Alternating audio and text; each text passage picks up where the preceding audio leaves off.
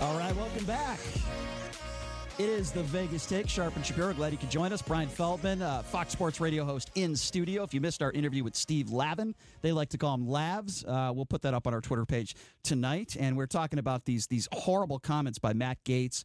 And then we're switching over a little bit to the emergency with the border wall and a lot of stuff going on. Michael Cohen will be testifying publicly tomorrow, so it's must-see TV as far as I'm concerned. Let's take a couple callers. We've had a few that have been waiting patiently on hold at 257-5396. Let's start off with Tony. Tony, thank you for your patience. How are you? Hey, what's up, boys? Not much. What's on your mind, Tony? Hey, I was just down in McAllen, Texas on business, and I'm telling you, I didn't go over the border down there, but it's a very uncomfortable feeling down there, I'll tell you what. And I was in the United States, and it's not a very safe feeling when you're down there, I'll tell you that. What do you mean by that? As far as illegals crossing, is that what you're talking about? Yeah, there's just a lot of, you just don't feel too safe when you're down there. Let's just say that. I mean, hey, look, if I walk around North Vegas, I don't feel too safe down there either. I mean, yeah, that's a great point. I mean, there's a lot of look, Vegas is a very safe place in general, considering the lifestyle. I'm sure you would agree, Tony. There's a lot of places that you feel unsafe. I wouldn't want to walk by myself about 3 blocks to the right of Fremont Street at any time at night either. Yeah, right. True that. Yeah. But, here's another thing. Well, they toll going across the border to pay for the walls. That is, no one's ever brought that up to me on this show before, and that is something that I would be open to. So instead of Mexico paying for the wall, illegals pay for the wall. That's interesting. All right, hey Tony, that's an interesting idea. I don't necessarily disagree with you, man. I appreciate the call. Good to hear from you, Tony. Number 257-5396, 702-257-5396. Let's go to Pam. Pam, thanks for calling in. How are you? Hi, Pam. Hi, Brian. How are you? Good, Pam. Hi, JD. How are you? I'm really, really good, Pam. Devoted fan of the show. You share the name as my mother. About 4 months ago. Thank you, Pam. I appreciate that. And just a little comment when you were talking to the previous caller about John McCain. Yes, ma'am. Myself and my late husband didn't always agree with his politics, but we thought he was a heck of a hero. Yes. My late husband, he did 2 tours in Nam and spent 6 months as a POW. Thank God for people like your husband. Let me just say that. And you know what? We need to thank people like you too, because even though your husband served, you served too. In my eyes, when a loved one goes out and fights for our freedom, you are just as much in this as your spouse. Oh, thank you. And yes. One other little comment.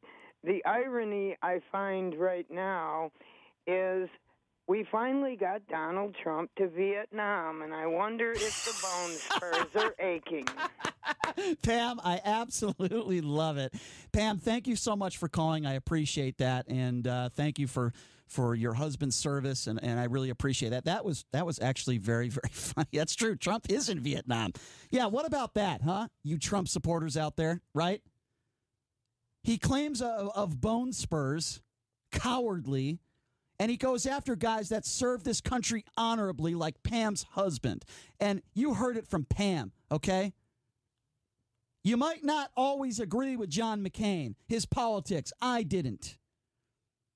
You might not even like the guy personally. If John McCain dated or had relations with your wife, you might not like the guy personally, but he still served, and you don't attack him for being a POW in war.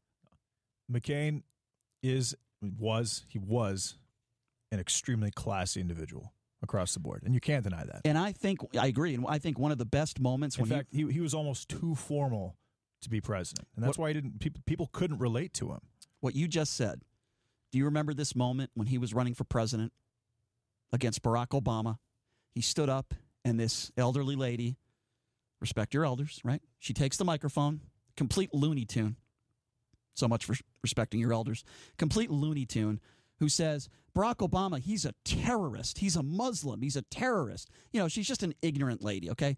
John McCain takes the mic out of her hand and says, no, ma'am, we might disagree on policy, but Barack Obama is a good man. And when John McCain said that, I said, that to me, not only is that credibility, but what JD just said, that is class.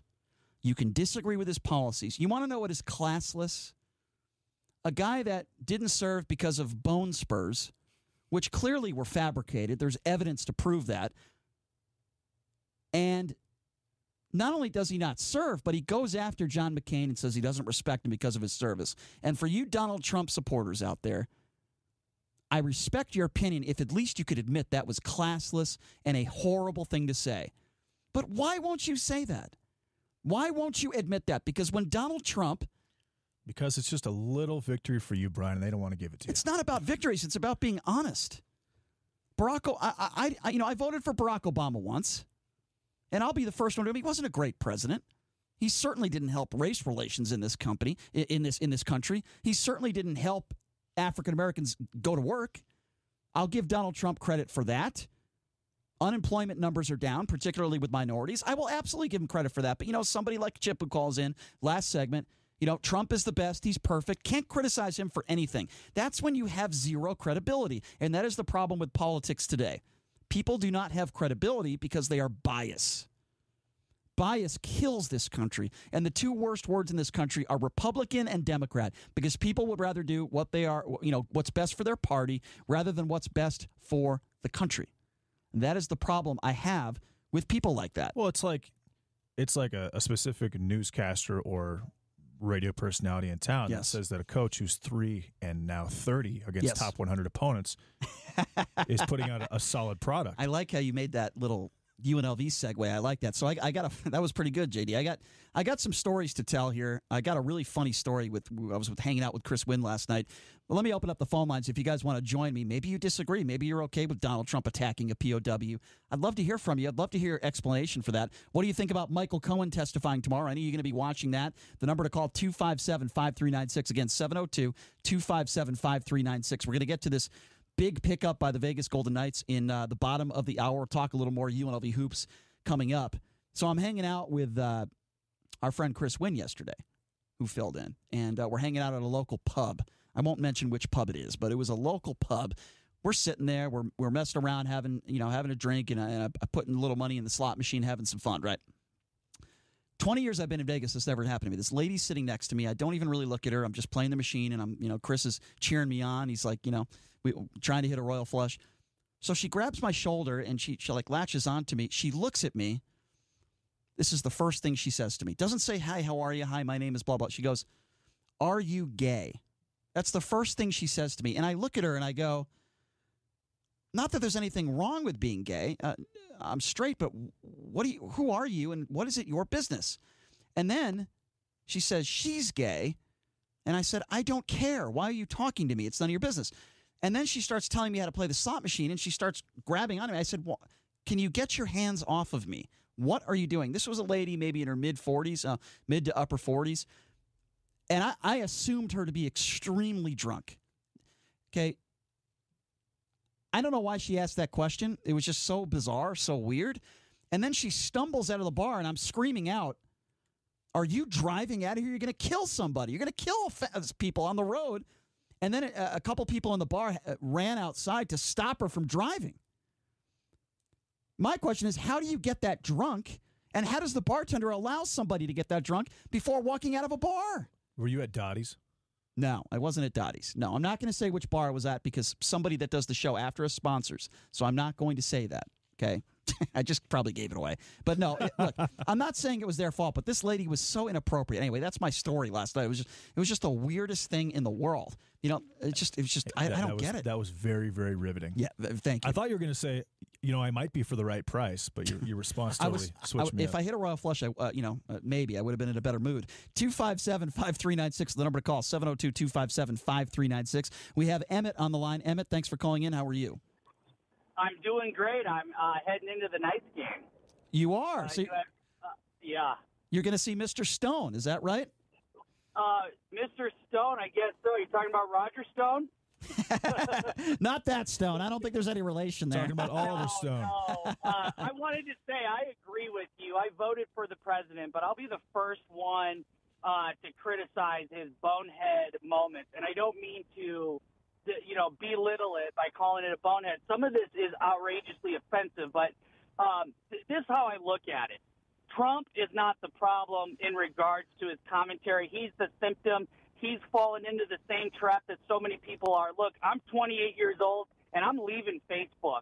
I come from the generation that grew up with this stuff. Yeah. I'm sick of the pettiness. Like the lady you talked about who got up there and said all those despicable things about Obama. Right. That has only gotten worse since then. I Agree. hear from all sides. So, Emmett, I would rather go get a drink with my leftist liberals who I disagree with, that are respectful and will challenge my thoughts. They'll tell me how good Norway is. I'll listen to them. And if they want to have a discussion, I love it. Emmett, can I ask you a question? Yeah, and by the way, I could not agree with you more with what you're saying right now. Here, you know what I think, Emmett, and you tell me if you disagree or not.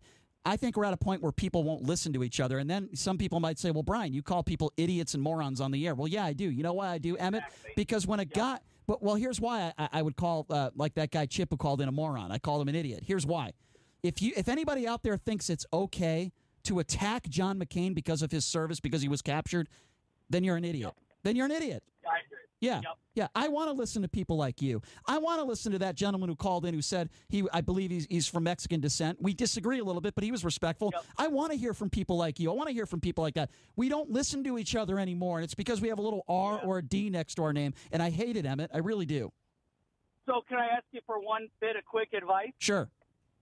So what do I do then? I told you I support the president. I believe in his policies, the general direction, not everything. Right. But look, the way the dialogue is framed across all of the media right now, I cannot go out and really be proud of my president because the opposite side is really full of hate. Here's what I think you should do. Here's what I think you should do, Emmett. Excuse me. You're in a tough spot. You seem like a smart guy. You're a reasonable guy. Here's the way I start a conversation with somebody that is anti-Trump. Start out by saying what you just said to me. Look, I like some of his policies. Here's what I like what he's doing. But before you say that, say, look, I don't like the rhetoric. I don't like the way he talks to people. I don't like the way he disrespects people. I don't like that. But here's why I do like him, and you tell me if you agree or not. That's the way I would start the conversation. And if somebody doesn't respect that, then don't have a conversation with them because you can't. Because they're too biased. If you start like you started this conversation with me, I respect your opinion, and if we had more time, and I appreciate the call, Emmett, if we had more time, I could talk with you probably for hours. I want to know why you like certain policies and why you don't, Emmett. But I really, I would say that would be my best advice to you and how you start a conversation. By the way, my co-host is the same way. It's why I respect his opinion when it comes to Trump, because he's the same way. He respects some of his policies. But JD, I know you're like Scott, the last caller who just called in. You don't like the rhetoric, right? You're with him. Trump does some incredibly stupid things, right? But you're for on a fairly consistent basis. But he is being attacked mercilessly by the left wing media, no question. And so he has to defend himself. And you're just like our last caller, and you approach it the same way he does, and I respect that. Let's go to Heath. Heath, thanks for calling into the Vegas Take. How are you? Hey, what's up? Hey, I love the show, man. Hey, thank you. I got to tell you, I voted for Trump, and let me tell you how I feel now. I listen to a lot of talk radio and a little bit of news every, couple days, and he literally is putting – I feel worn out and tired many days because of his rhetoric. I feel like that his poll numbers, if he were a gentleman, he would probably have through the roof. 70% of the I could not agree with you more. His numbers would be through the roof. You are so right. He is beehiving. Yeah. In other words, like a hornet's nest. Right. The Democrats, everybody. I mean, and put it this way: this last comment thing, this last idea I have. Yep. Because he had 2 years to do his little wall thing, and he dropped the ball. You know what? You're right. He could have gotten $25 billion. Yep. And the borders are still wide open, and they're going to stay wide open. 55 miles, that's nothing. I'll Trump is not what he says he is. He's a fraud. I agree. And you know what? I'll take it even a step. You are so right. And a lot of people use the term used car salesman. Deceiving. You're right. Very deceiving. And you know what? I'm so glad you recognize that there were a lot of people that got conned when he said we're going to build a wall and Mexico is going to pay for it. Right. He also, I'll give you another example. This is a little lighthearted, but this is a perfect example, Heath, of Donald Trump. He went on Twitter all the time and accused Obama of playing golf every day. Do you know he's played 3 times more golf than Obama? He asked for a state of emergency for the wall, and then he plays golf for 3 days at Mar-a-Lago and eats his stupid omelets in the morning and waddles around the golf course shooting a 95. Yeah, anyway. Yeah, man, screw those omelets. He could have became warm-hearted like a president. No, you're right. And gave an olive branch to the press. Right. And just, everybody would respect him tenfold. I couldn't agree more. He is making me ill. Well, you know what? He's going to lose. Thank you, Heath, for the phone call. Very good call. He's going to lose voters like you. And a lot of people are just saying it's a slam dunk for Trump. Not so fast. Not so fast. Let's go to Gary. Gary's the next caller at 257-5396. Again, that number to call, 257-5396. Hi, Gary. How are you? Hey, Gary. Brian, yes, sir. Every time I hear you talk about President Trump's comments on John McCain. What about it? He never said he disrespected him. He said, why is he a hero? Because he was captured. Gary, are you on an Obama phone? I'm having problems hearing you. Can you speak up a little louder? I don't want to hang up on you. You need to speak clear or be up to the phone, okay? Yeah. Gary? Gary, you got a faulty phone. It's either a Jimmy Carter phone or a Barack Obama phone. I don't know what it is, but it's a left-wing phone you're using. It's faulty. It's not working. It's definitely not a George Washington phone. Gary, I'm sorry, man. I got to let you go. Gary, I love it when you call in, buddy, but you got to come in on a better phone. I'm sorry. I don't know if it was one of the Fisher-Price phones or something. I don't know. Yeah, anyway. The number to call, 257-5396, 702-257-5396. You know what's funny thing? That guy Heave who just called in, I don't think the president, there's a lot of people like him who supported Trump, who voted for him, and they know he's full of crap now. He said he's physically exhausted and tired of the rhetoric. He sounded tired. He did. He sounded whipped, he really sounded like he needed to take a nap. He's got to leave the TV alone and just get out of the mix for a little while, doesn't he? Sleep. What time is the Vegas Golden Knights game? You know, Brian, you're like our Vegas Golden Knights insider. What time does the game start tonight? 7 o'clock, I believe. Oh, so that guy was late. Right now. Yeah, that guy was driving late. It might be 7:30. Come on, man. You can't fork up that kind of money and be late going to New York, especially parking over tonight. there. Yeah, this is a big game. No, that parking is it's a bear. Too. Yeah, it's not easy. We're going to get to UNLV basketball, but we always have some callers when it comes to basketball. So why don't we take one? Let's start with Scott. Scott, thanks for calling in. How are you? What's up, guys? What's up, Scott? I keep thinking. I heard your interview with Live. It was pretty good. Thank you. You know, UNLV guys. Something I don't know. A lot of people don't talk about. They don't have a president right now. And again, I'm just from a higher education perspective. When you're Desiree Reed Francois, you have to go to the president and then the Board of Regents. That president and the Board of Regents are going to say, you know that guy over in Arizona? He's being indicted by the FBI, and you want to fire Marvin Menzies because you won 18 games instead of 22? Yeah. What are you talking about here? People have to realize that there's a chain of command in education. What do you think of that? There certainly is. With that being said, I do think there are plenty of coaches out there that run clean programs where Marvin Menzies can be replaced. Certainly, nobody wants Miller. Pitino does have a lot of baggage. I agree with you, Scott. So while you want to hire a coach that runs a clean program, you could also say that Dave Rice ruined the program, and he ran a clean program, but he ruined the program because he was not a good head coach. So I think it's a double-edged sword. So it's just you just chalk it up as a bad hire, right? Is that all you just? Chalk I think. It up as a bad hire? I think it's several bad things that happen. First of all, you don't fire a coach midseason. That's what they did with Dave Rice. They put them way behind the eight ball. You should have paid Lon Kruger a little bit more money. You want to talk about a guy that runs a clean program. It's Lon Kruger. What a phenomenal job he did here. There were a lot of morons out there that wanted Kruger out and wanted Dave Rice in, including people that were, Tina Kunzer-Murphy and others, when they hired, Tina Murphy did not hire Dave Rice. That was Jim Livengood. But Livengood, he'd be the first one to admit it was a mistake. Okay, so it started there, and then it was a trickle-down effect. I don't think they do enough in the community to get people out to games. I don't think Marvin Menzies does enough. I don't think Marvin Menzies connects with the fans, and I don't think he connects with the media. The media availability is like once a month. Marvin Menzies, it's not just about X's and O's and coaching. There's some other mistakes that he's made. Part of the reason why the attendance sucks. I don't think the rebellion does anything. I think, like what my co-host JD says, there's more letters in the rebellion than actual students in the stands. I mean, it's a horrible situation. It's a trickle-down effect. I don't think we wait another year. I think you get it. You take a chance with another up-and-coming coach, or maybe a coach that would take the job for less money. I'll tell you a smoking gun stat for me, Scott, is this UNLV is one of probably 15 programs in the last 50 or 60 years to actually win a national championship, and they have a coach right now that is 3-30 against top 100 opponents in the last 3 years. That is just 100% unacceptable. Yeah, it's atrocious. That to me is it's glaring. It's very bad. That's completely insane. Yeah, it's really horrible. Their wins this year, I think they have one win over a top 150 team. Scott, you're going to want to listen to our next segment because I have a couple quotes in regards to UNLV basketball that you're definitely going to want to hear. Okay, buddy? All right, but I got one more quick question. Sure. It might be for another call or another night.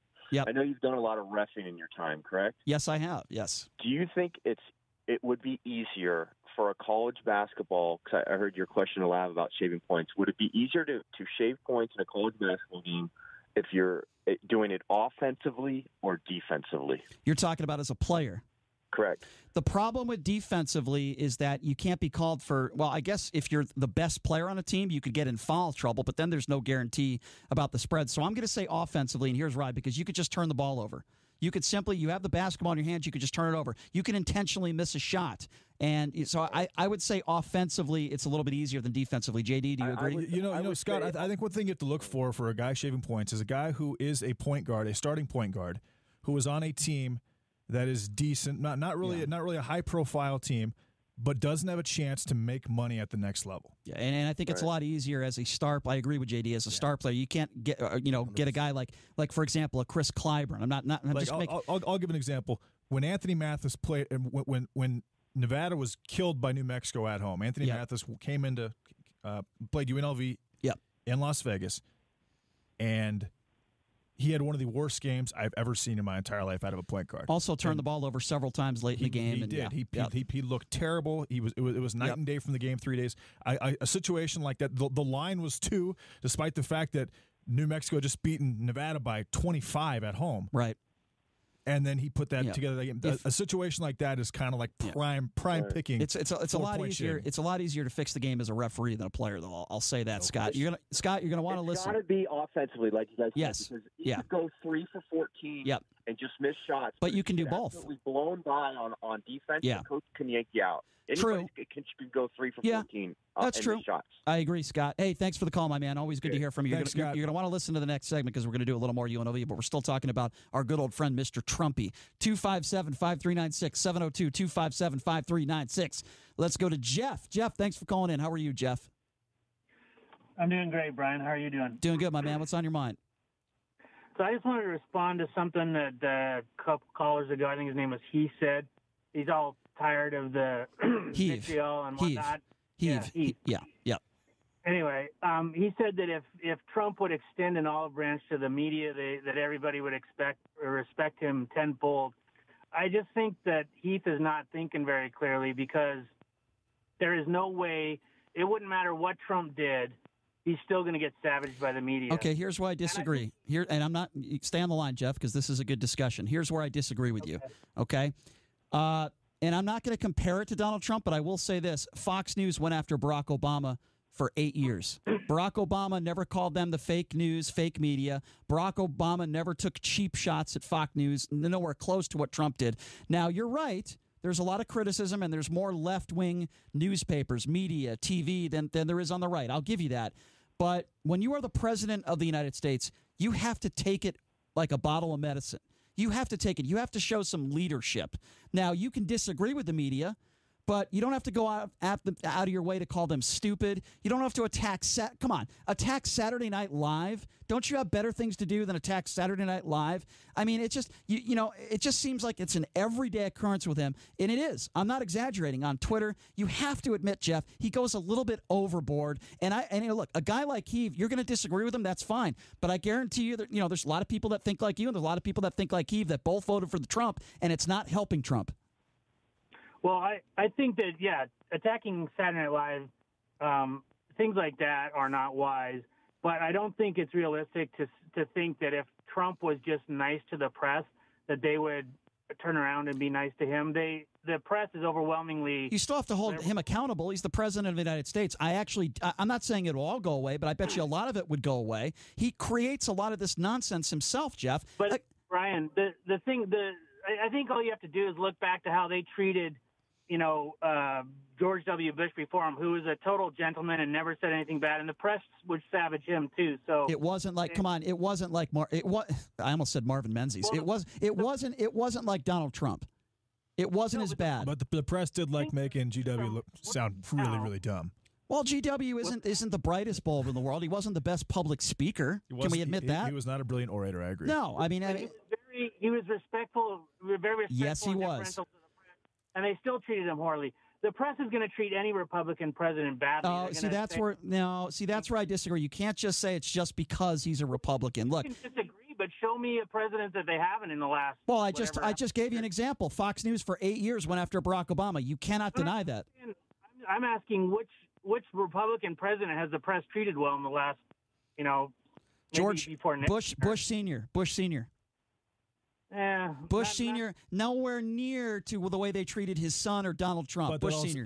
He also wasn't in the social media era. I mean, things are much different now. About your Barack Obama and Fox analogy, the difference there was that Fox wasn't making up stories about Barack. Really? What about the birther? What about the birther thing with Barack Obama? Your president right now for 5 years went on every network and said that Barack Obama wasn't born in this country. That's not made up? Well, that was, they were reporting on it, and you can. They did report on it, and they interviewed Donald Trump, I'm not going to mention the names because some of them might be on this station, but there are people at Fox News who were supporting Donald Trump, saying that Obama wasn't born in this country. I'll say Laura Ingraham, she's not on this station anymore. Okay, they pushed that. So Jeff, you can't tell me this is so one-sided. Okay, you have to put a little bit of responsibility on Donald Trump, even if what you're saying is true. I'm not saying Donald Trump is completely, absolved from any of the blame. Like, he does do some things that are immature or unwise on Twitter and whatnot. But I'm just saying, he's a New Yorker. I think it's part of his personality and to hit back. And I just think that the press, it's like he knows he's not going to get a fair shake from him, and so he's just kind of resigned himself to what it is. I think the press should respect the president a lot more than they do. They can call him out if he's if he makes mistakes and stuff.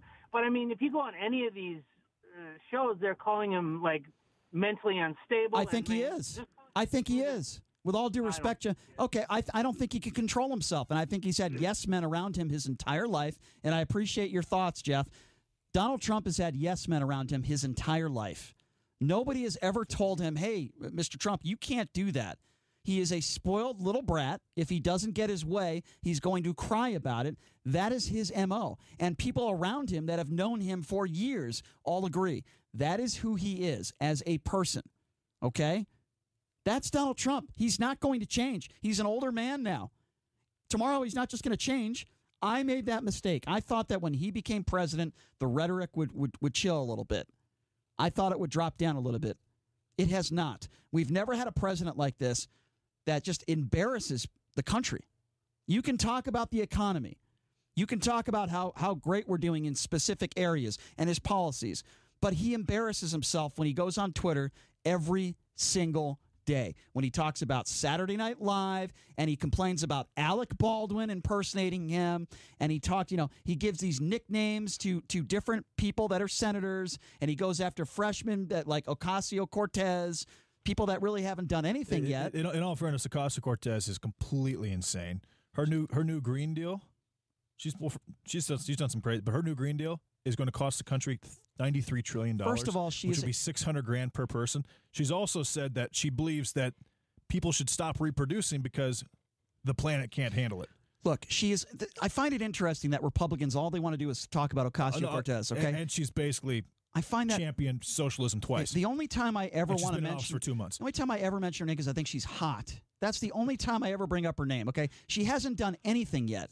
Okay, but why is it that Republicans want to bring up her name all the time? She is a freshman. She hasn't done anything yet. But Republicans, all they want to do is talk about her. Why don't you talk about people that have done some things? She is a congressperson.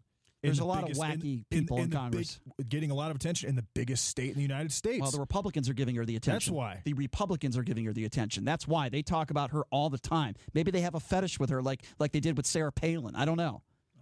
I just think she's extremely attractive. Maybe she's a little crazy. That makes it better for me. I like women like that, so that's fine. It's fine.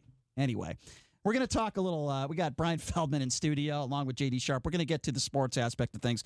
You're not going to believe what a few members of the media said about UNLV hoops again today. It is the Kool-Aid UNLV comment of the day. J.D., we should actually do a segment about this every day. We call it the UNLV Kool-Aid comment of the day. Which Nimrod in the media said this? Well, we got a couple of them, and we're going to talk about it coming up next. Of course, you can always be a part of the show. Give us a buzz, 257-5396. 702-257-5396 is the number to call. We're going to take a quick break, and we'll get to a little bit of Golden Knights stuff with Brian Feldman, too, when we come back. Thanks for listening. This is the Vegas Take on the all-new 101.5 FM, 720 AM KDWN.